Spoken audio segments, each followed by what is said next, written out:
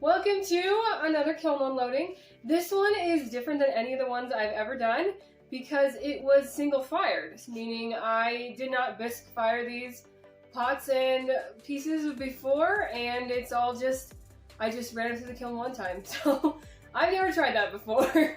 So a lot of these things are unglazed, and the things that are glazed are at the bottom, so I won't be seeing those for a sec. The ones that are glazed, I just glazed them on unfired clay. So I didn't make this up, people do this, but I haven't tried it before. So I'm excited to see how it turned out. So let's see what we got.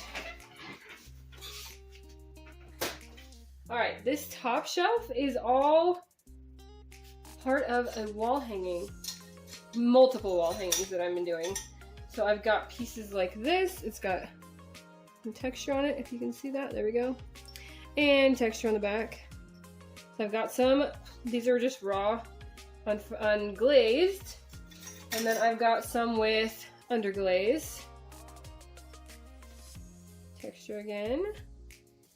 All right, and they've all got different shapes and things at the top here. I've got a bunch of these. A whole bunch of them. And then I've got these rings in a couple different colors. So there's this reddish one, and then there is this one. You can see a little color variation there, slightly. It's kind of a barely green that turned out a little more gray. You can see that. And then I've got ones that are just plain, the like little off-white clay. So these are all going to be part of a wall hanging, different wall hangings. So I'll be putting like these in the center here, and then having, you know, like a series of these rings with different ones of these in the middle. So it's going to be really cool. Maybe sounds a little weird, but I will put up a picture of what it might look like so you can see what I'm talking about a bit better. So I'm going to unload all of these, and then I've got planter pots at the bottom of the kiln. We've got some texture on some of the edges, a lot of the edges. Some little carved spots there. See some there too.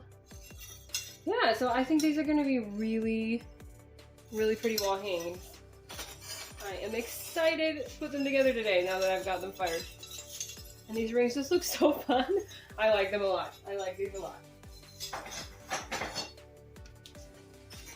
Totally different than stuff I've made in the past, so new stuff is always fun and exciting. You can see a bit of a color swirl in there.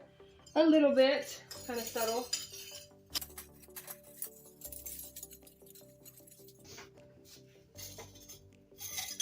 And yes, I made a lot of these. I'm not entirely sure how long they're going to be. At the moment, I need to play around with the pieces. So I just made a bunch of pieces so I have lots of options. All right, these look really cool. And then all these little discs. Different colors, couple different textures.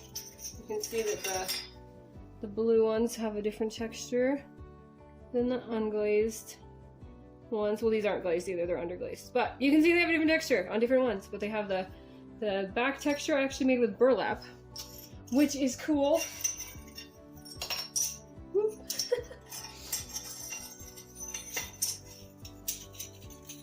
They look really neat. There's stacks of these. I like that they have different shapes in them. Keeps it fun and interesting. These are going to be kind of mix and match sort of wall hangings, and I am excited to try out different ones. All these different materials. Awesome! Alright, on to the next layer. This layer I've got more rings. Which maybe isn't very exciting to watch, but I'm excited about putting these together, so. Alright, there's some more of those slightly swirly ones. Alright, some bigger ones.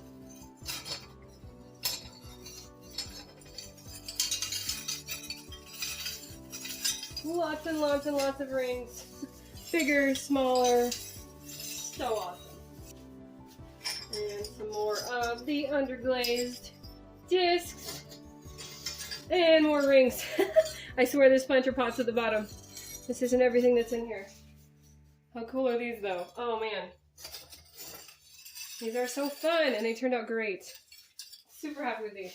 And more rings and more discs. All right, next layer. All right, this layer has more discs and planter pot stuff. These I'm intending to do for the very top, so it'll be where you hang it from. And then everything will hang down from there. We're almost to the planter pots. More discs, more little discs. And then just for fun, I threw in these, which could be like a little necklace pendant. Possibly earrings, just for fun, because I had cut the shapes out of the center. So I thought, hey, I'll turn a couple of those into something else for fun. I only did a couple of those, but I thought I'd try it since I love trying new things. All right, this is, I believe, the last of the discs. The last of the wall hanging stuff. On to new things. All right, these are the bottom plates for the planter pots, and I gotta say I'm happy with these. So this is underglaze and then clear glaze, which is the same thing I did for the planters, but I did it all over on the planters. This is unglazed in the middle. But if these turned out well, I have hope for the planters now. I'm happy to see these. So there's some red ones and a couple blue ones, and they all look really good. Oh man, I'm happy with those.